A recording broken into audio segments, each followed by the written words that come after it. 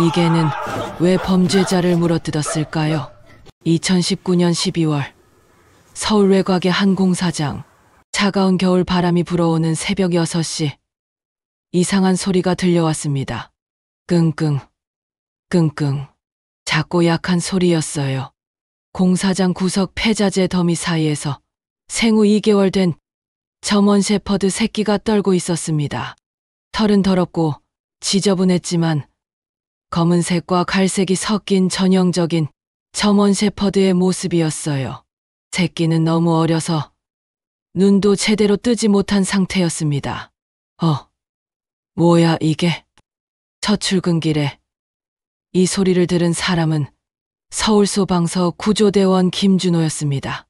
36세의 김준호는 15년째 소방관으로 일하고 있었어요. 크고 작은 화재 현장과 구조 현장을 수없이 경험한 베테랑이었죠. 누가 새끼 강아지를 여기 버린 거야? 김준호는 조심스럽게 새끼를 들어 올렸습니다. 손바닥만 한 크기의 작은 생명체였어요. 이런, 너무 어리잖아. 어미 젖도 못 댔을 텐데. 김준호의 마음이 아팠습니다. 평소 동물을 좋아했던 그에게는 이런 상황을 그냥 지나칠 수 없었어요. 일단 따뜻하게 해줘야겠다. 김준호는 새끼를 자신의 점퍼 안쪽에 넣고 소방서로 향했습니다. 소방서에 도착한 김준호는 동료들에게 새끼 강아지를 보여줬어요. 준호야, 이 강아지 뭐야? 공사장에 버려져 있었어. 이대로 두면 죽을 것 같아서. 그럼 보호소에 맡겨야지. 하지만 너무 어린데 보호소에서 살아남을 수 있을까? 김준호는 고민이 깊었습니다. 동료 소방관 이성민이 말했어요. 너무 어려서 우유도 못 먹을 거야. 병원부터 가봐. 김준호는 근처 동물병원으로 급히 달려갔습니다. 생후 얼마나 된 것 같나요? 수의사가 새끼를 자세히 살펴봤어요. 생후 6에 7주 정도 되어 보이네요. 아직 이유식도 제대로 못 먹을 나이예요. 그럼 어떻게 해야 하나요? 일단 강아지용 분유로 2에 3시간마다 먹여야 해요.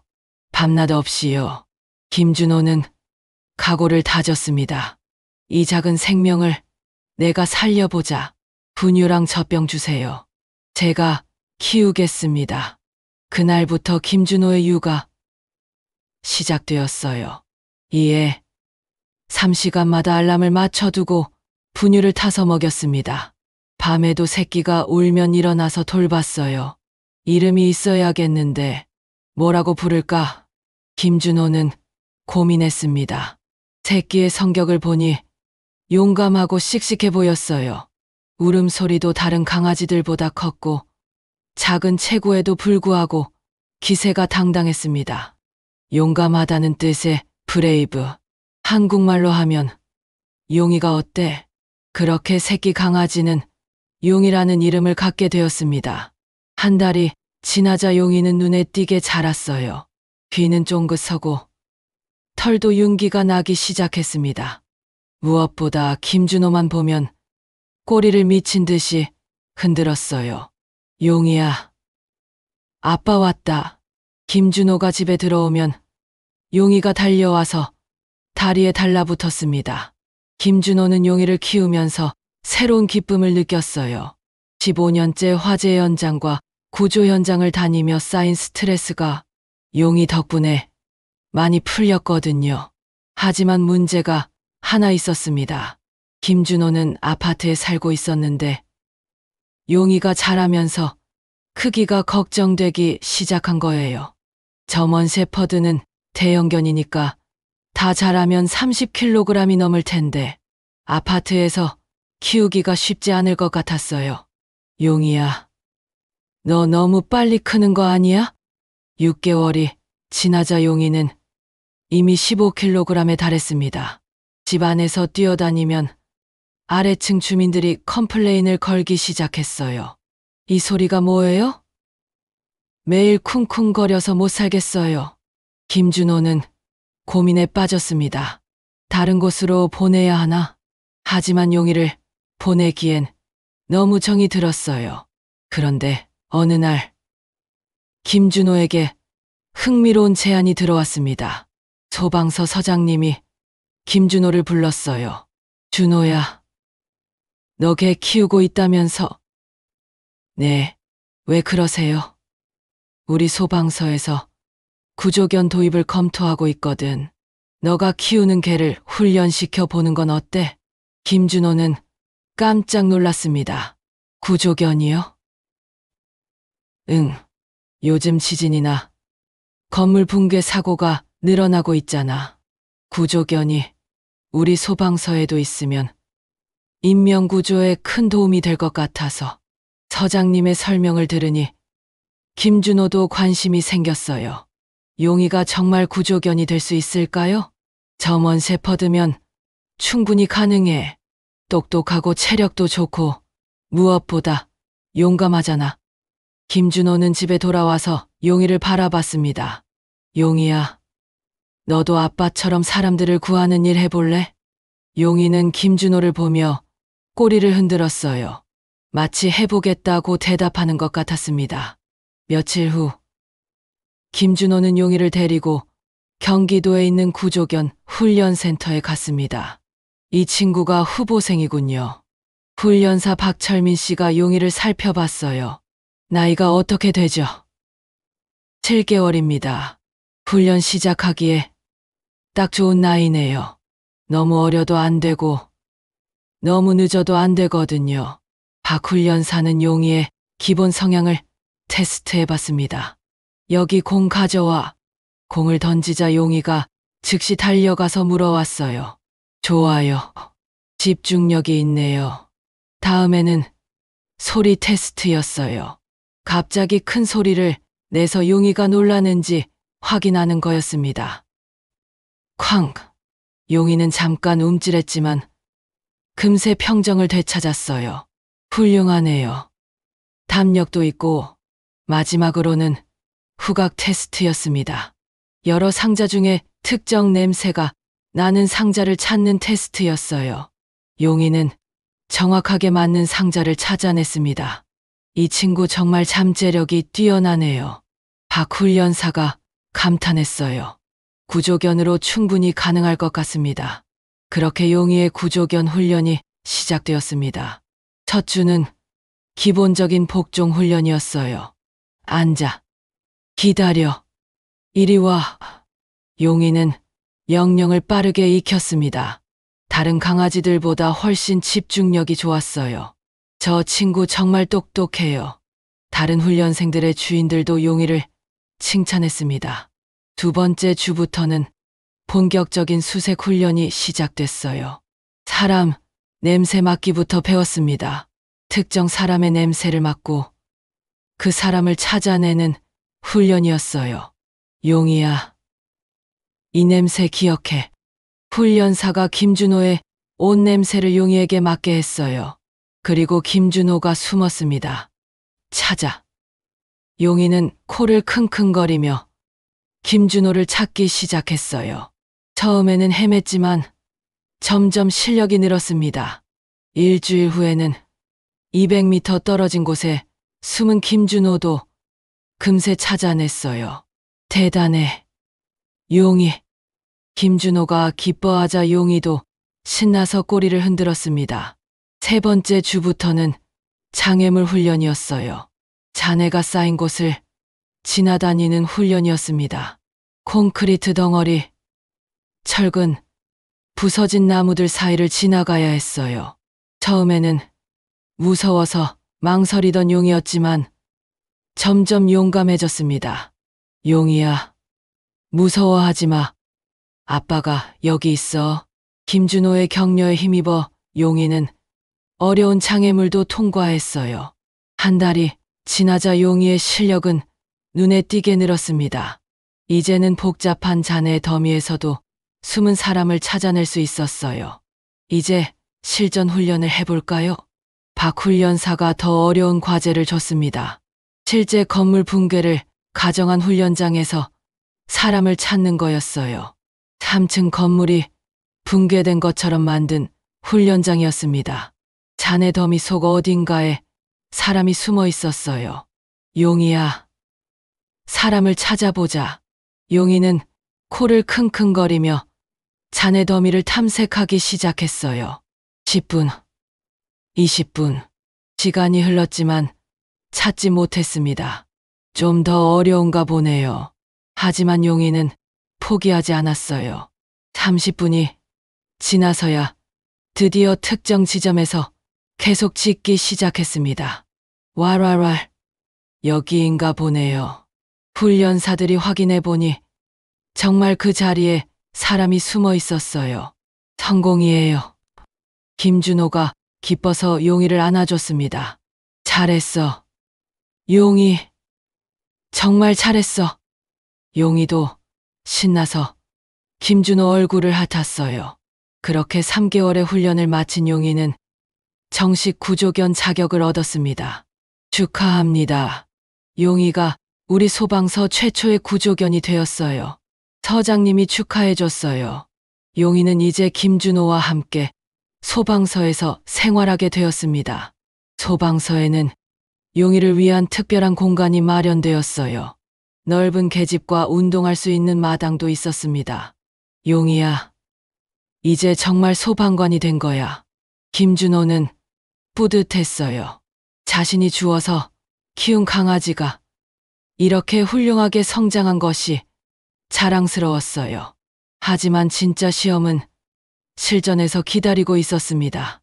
용이가 소방서에 온 지 2주 후 첫 출동 명령이 떨어졌어요. 건물 붕괴 사고 발생. 구조대 출동. 경기도의 한 공장에서 건물이 붕괴되는 사고가 일어났습니다. 용이도 같이 가야겠어. 김준호는 용이를 데리고 현장으로 향했습니다. 현장에 도착해보니 상황이 심각했어요. 3층짜리 공장 건물이 완전히 무너져 내렸습니다. 실종자가 몇 명이나 되나요? 5명 정도로 추정됩니다. 김준호는 용이와 함께 잔해 더미로 들어갔어요. 용이야, 사람을 찾아보자. 하지만 현실은 훈련과 달랐습니다. 온갖 냄새가 뒤섞여 있었어요. 기름 냄새, 시멘트 냄새, 화학물질 냄새. 용이는 혼란스러워했습니다. 찾아, 용이야. 하지만 용이는 한 곳에 집중하지 못하고 계속 헤맸어요. 2시간이 지나도 아무도 찾지 못했습니다. 다른 방법을 써야겠어. 결국 다른 구조대원들이 장비를 이용해서 실종자들을 찾았어요. 다행히 모두 무사히 구조되었지만 용이는 아무 도움이 되지 못했습니다. 김준호는 실망했어요. 용이야, 왜 못 찾았을까? 용이도 기가 죽어서 고개를 푹 숙이고 있었습니다. 소방서로 돌아온 후 김준호는 깊은 좌절감에 빠졌어요. 역시 훈련과 실전은 다른가 보네. 동료들도 위로해줬지만 김준호의 마음은 무거웠습니다.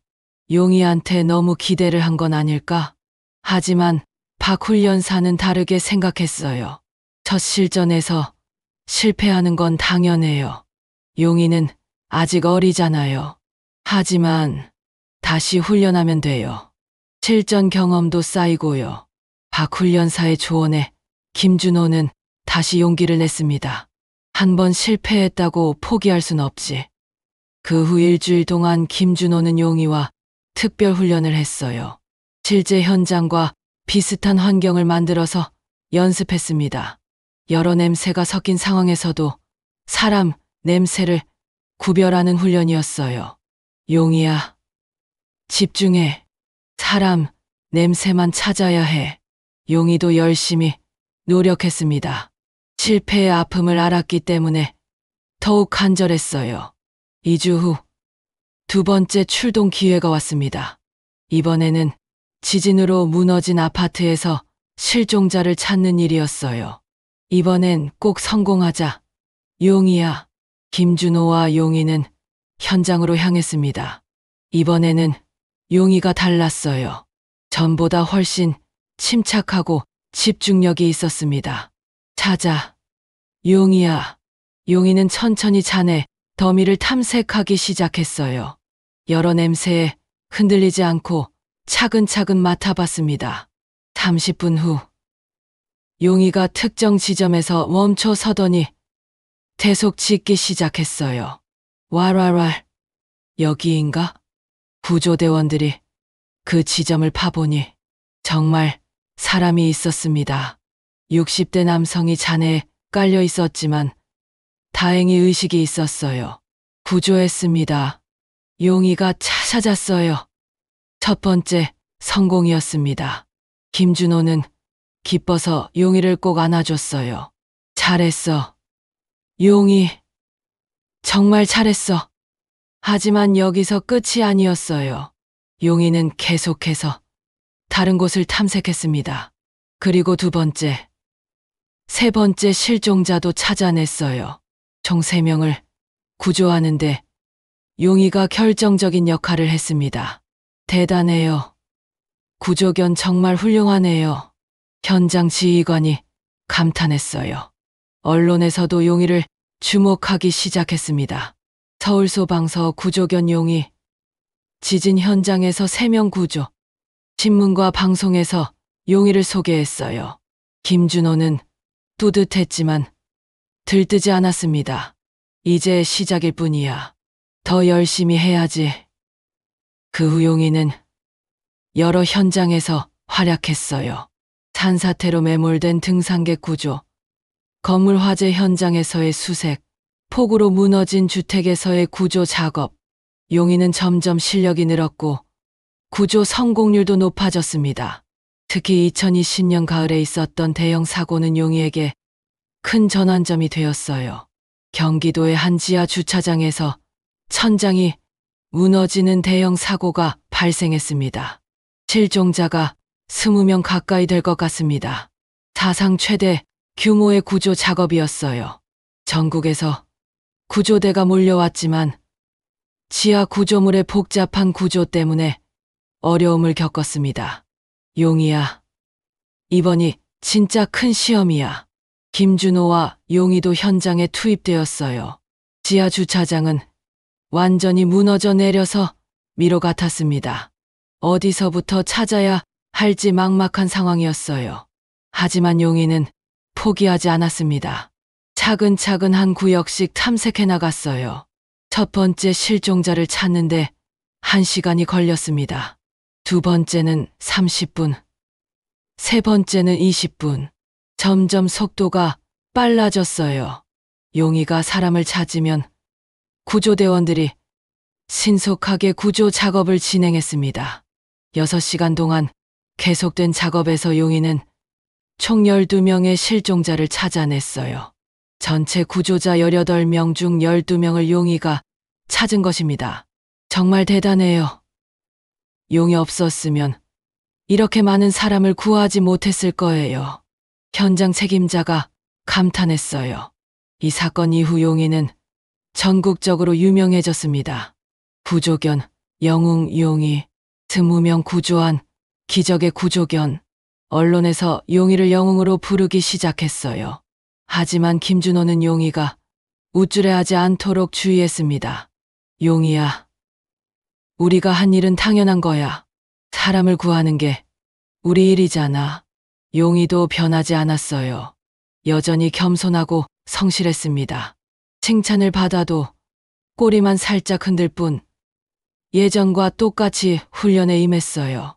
그 후 3년 동안 용이는 총 200명이 넘는 사람을 구조했습니다.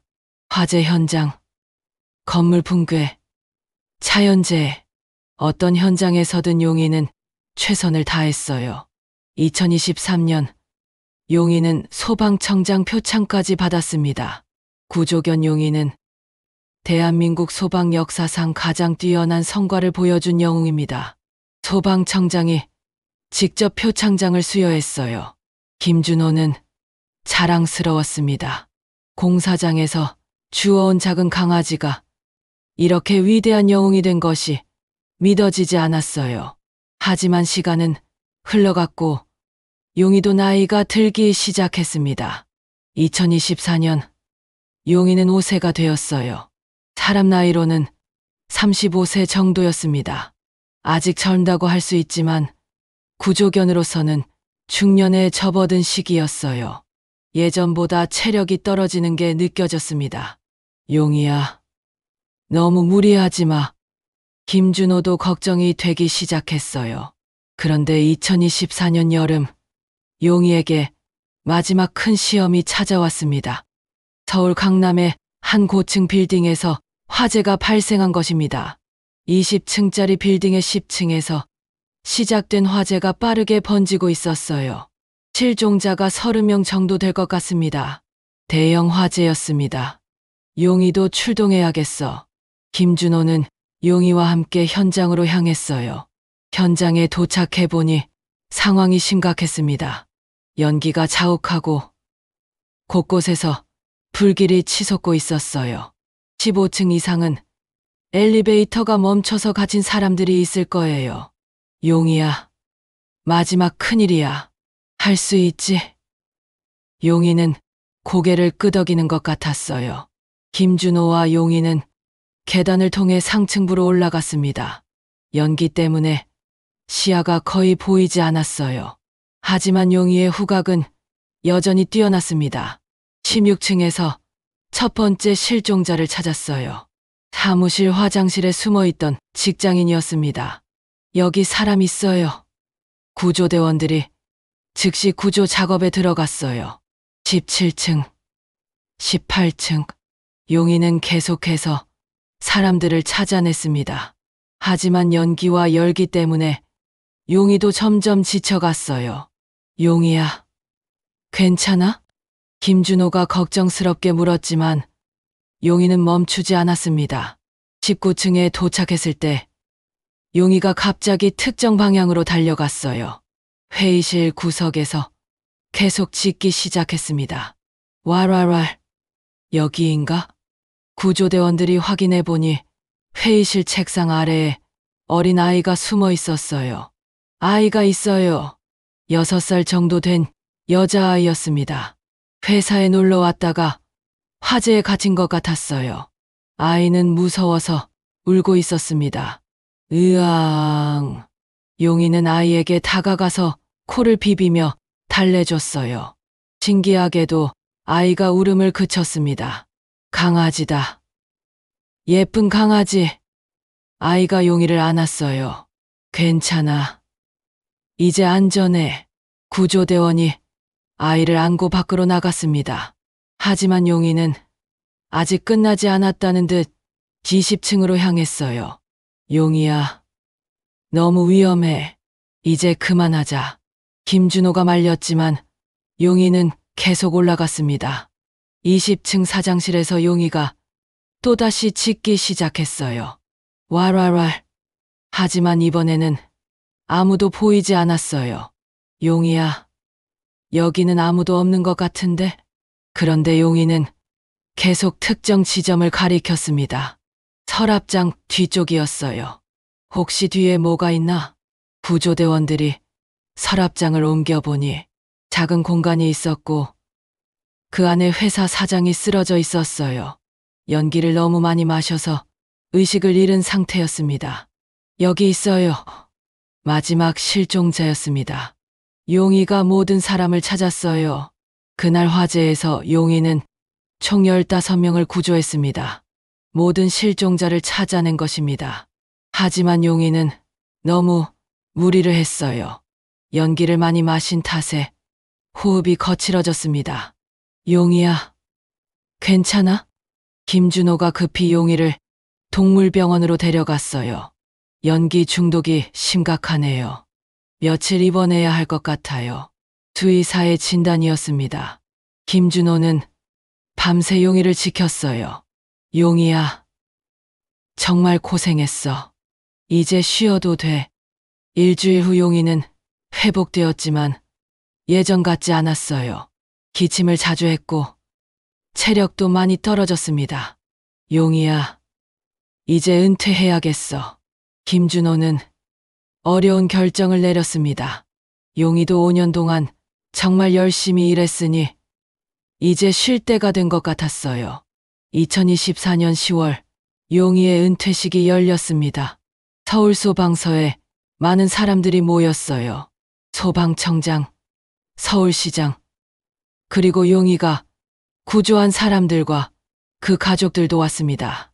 용희는 5년 동안 총 247명을 구조한 위대한 영웅입니다. 소방청장이 용희에게 특별공로 훈장을 수여했어요. 용희가 구조한 사람들이 하나씩 감사 인사를 했습니다. 용희 덕분에 살았어요. 정말 고마워요. 6살 여자아이도 엄마와 함께 왔어요. 용희야, 고마워. 아이가 용희를 꼭 안아줬습니다. 용희는 꼬리를 살짝 흔들며 아이를 핥아줬어요. 용희는 우리 소방서의 자랑이자 대한민국의 영웅입니다. 서장님이 마지막 인사를 했어요. 은퇴 후 용희는 김준호와 함께 조용한 시골집으로 이사했습니다. 넓은 마당이 있는 집이었어요. 용희야, 이제 진짜 편히 쉬자. 용희는 마당에서 햇볕을 쬐며 낮잠을 즐겼습니다. 가끔 김준호와 함께 산책도 나갔어요. 그렇게 용희와 김준호는 평화로운 시간을 보내고 있습니다. 하지만 예상치 못한 사건이 그들을 기다리고 있었어요. 2025년 3월, 용희가 은퇴한 지 5개월이 지난 어느 날이었습니다. 김준호의 집에 특별한 손님이 찾아왔어요. 바로 용희가 고층 빌딩 화재에서 구조했던 그 6살 여자아이, 지금은 7살이 된 박하영이와 엄마였습니다. 용희야, 보고 싶었어. 하영이가 달려와서 용희를 꼭 안았습니다. 용희도 하영이를 알아보고 꼬리를 신나게 흔들었어요. 정말 고마워요. 용희 덕분에 우리 하영이가 살았어요. 하영이 엄마 박수진 씨가 김준호에게 인사했습니다. 그때 일은 저희 일이었어요. 당연한 거죠. 김준호가 겸손하게 답했어요. 하영이는 용희와 함께 마당에서 놀았습니다. 용희야, 공 가져와. 하영이가 공을 던지자 용희가 달려가서 물어왔어요. 비록 예전만큼 빠르지는 않았지만 여전히 하영이와 잘 놀아줬습니다. 우리 하영이가 용희 이야기를 맨날 해요. 용희 덕분에 소방관이 되고 싶다고 수진 씨가 웃으며 말했습니다. 정말요? 하영아, 정말 소방관이 되고 싶어? 김준호가 하영이에게 물었어요. 응. 용희처럼 사람들을 구하고 싶어요. 하영이의 대답에 모두가 미소를 지었습니다. 그날 오후, 하영이와 엄마는 집으로 돌아갔어요. 다음에 또 놀러 올게. 용희야. 하영이가 손을 흔들며 작별 인사를 했습니다. 하지만 이것이 하영이와의 마지막 만남이 될 줄은 아무도 몰랐어요. 일주일 후인 3월 15일 오후 3시, 끔찍한 소식이 들려왔습니다. 하영이가 학교에서 집으로 오는 길에 실종된 것입니다. 준호 씨, 큰일 났어요. 수진 씨가 울면서 김준호에게 전화했어요. 하영이가 사라졌어요. 뭐라고요? 언제부터요? 학교에서 나온 지 3시간이 지났는데 집에 안 와요. 어디서도 찾을 수 없어요. 김준호는 즉시 현장으로 달려갔습니다. 용희도 함께 데려갔어요. 혹시 용희가 도움이 될지 몰라. 하영이 집 앞에는 이미 경찰들이 와 있었습니다. 실종 신고를 접수했는데 아직 단서가 없어요. 경찰관이 상황을 설명했어요. CCTV는 확인해봤나요? 학교에서 나오는 모습까지는 찍혔는데 그 이유가 문제예요. 김준호는 하영이의 등하교 길을 따라가 봤습니다. 용희도 함께 따라왔어요.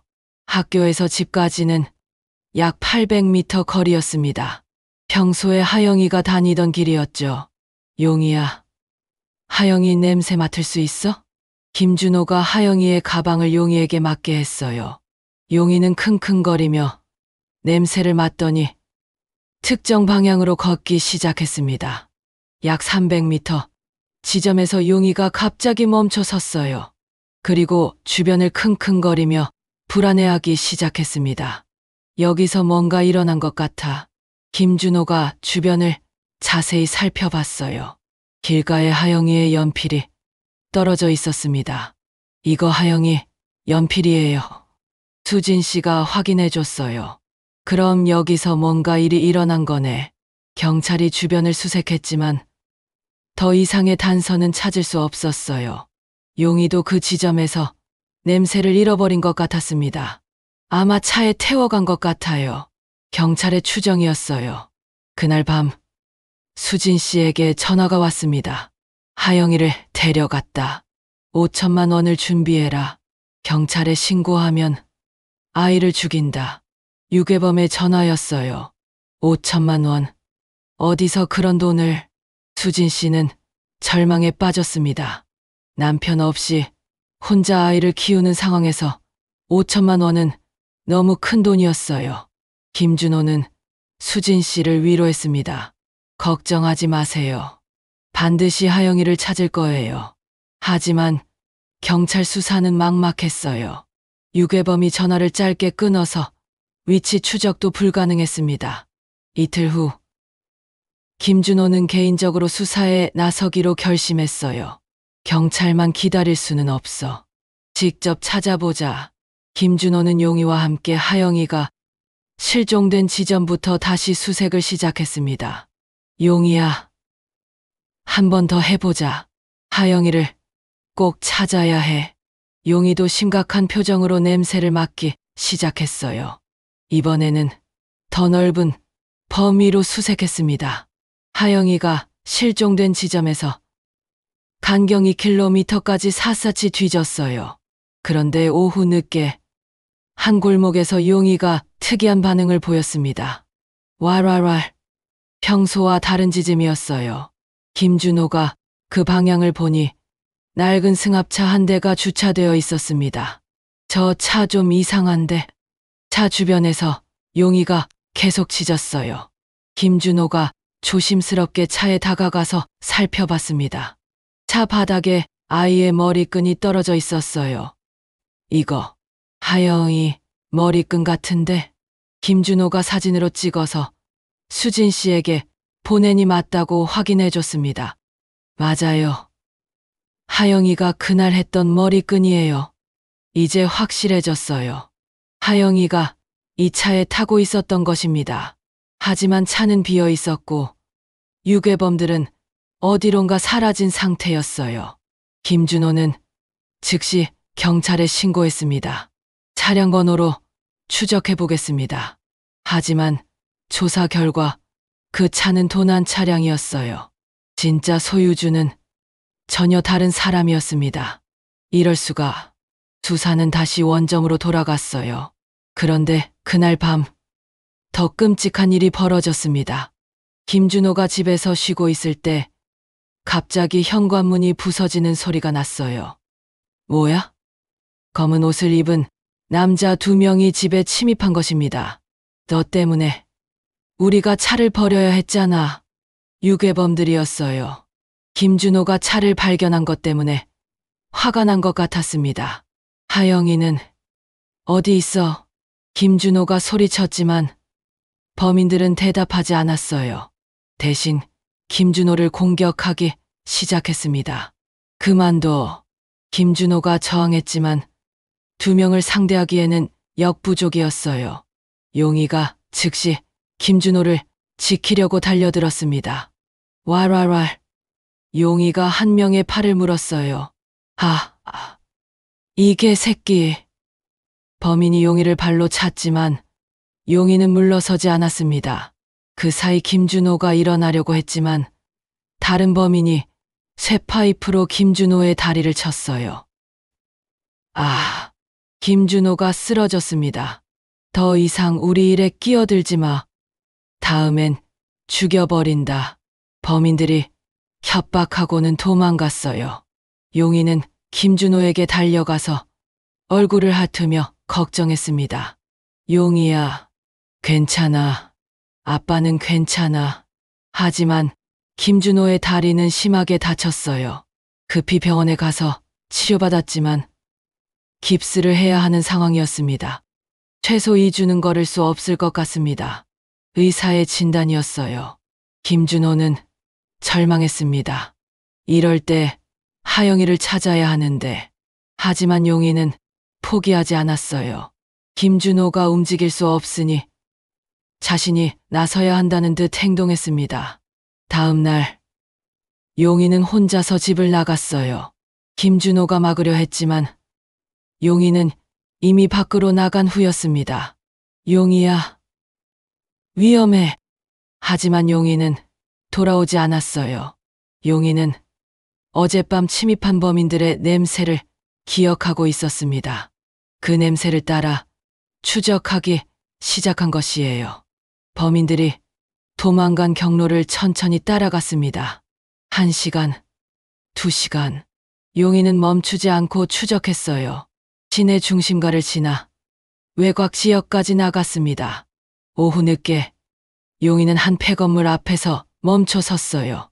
3층짜리 낡은 상가 건물이었는데 1층은 비어있고 이에 3층만 사용하는 것 같았습니다. 용이는 그 건물에서 강한 냄새를 감지했어요. 범인들의 냄새와 하영이의 냄새까지. 왈왈왈. 용이가 짖기 시작했습니다. 하지만 아무도 나오지 않았어요. 용이는 건물 주변을 돌면서 다른 입구를 찾았습니다. 뒷문이 있었는데 문이 살짝 열려 있었어요. 용이는 조심스럽게 안으로 들어갔습니다. 계단을 따라 2층으로 올라갔어요. 복도 끝방에서 사람 소리가 들렸습니다. 돈은 언제 가져온대? 내일 밤이래. 5천만 원 준비했다고. 범인들의 목소리였어요. 용이는 더 조심스럽게 다가갔습니다. 방문 틈으로 안을 엿보니 하영이가 의자에 묶여 있었어요. 엄마, 엄마. 하영이가 작은 소리로 울고 있었습니다. 용이는 하영이를 구하고 싶었지만 혼자서는 어려웠어요. 대신 일단 이곳의 위치를 기억해두고 김준호에게 알리기로 했습니다. 용이는 조용히 건물을 빠져나왔어요. 그리고 최대한 빨리 집으로 돌아갔습니다. 용이야, 어디 갔다 온 거야? 걱정했잖아.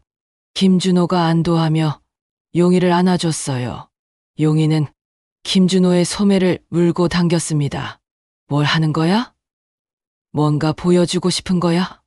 용이는 계속 현관문 쪽으로 김준호를 끌었어요. 찾았구나. 하영이를 찾았지? 김준호가 용이의 행동을 이해했어요. 김준호는 목발을 짚고 용이를 따라 나섰습니다. 비록 다리는 아팠지만 하영이를 구하는 게 더 중요했어요. 용이는 김준호를 그 폐건물까지 안내했습니다. 여기구나. 김준호는 즉시 경찰에 신고했어요. 하영이를 찾았습니다. 위치는 30분 후 경찰 특공대가 현장에 도착했습니다. 건물을 포위했습니다. 용이가 안내해 줄게요. 김준호와 용이도 함께 작전에 참여했어요. 용이는 경찰들을 2층 방까지 정확히 안내했습니다. 321점 돌입. 경찰이 방문을 박차고 들어갔어요. 움직이지 마. 범인 2명이 체포되었고 하영이도 무사히 구조되었습니다. 용이야. 하영이가 용이를 보고 울면서 안았어요. 무서웠어. 정말 무서웠어. 용이는 하영이를 핥아주며 위로했습니다. 괜찮아. 이제 안전해. 김준호도 안도의 한숨을 쉬었어요. 용이야. 정말 잘했어. 내가 하영이를 구한 거야. 하영이는 엄마 품에 안겨서 펑펑 울었어요. 엄마. 용이가 나를 구해줬어. 수진 씨도 눈물을 흘리며 용이에게 고마워했습니다. 용이야, 정말 고마워. 우리 하영이를 살려줘서 이 사건은 큰 뉴스가 되었어요. 은퇴한 구조견, 유괴된 아이 구조에 영웅견 용이. 또 한 번의 기적. 언론에서 용이를 또다시 주목했습니다. 하지만 김준호는 조용히 말했어요. 용이는 그냥 자신이 해야 할 일을 한 것뿐이에요. 그 후 김준호의 다리도 완전히 회복되었어요. 하영이도 트라우마 치료를 받으며 점차 회복되어 갔습니다. 용이야, 고마워.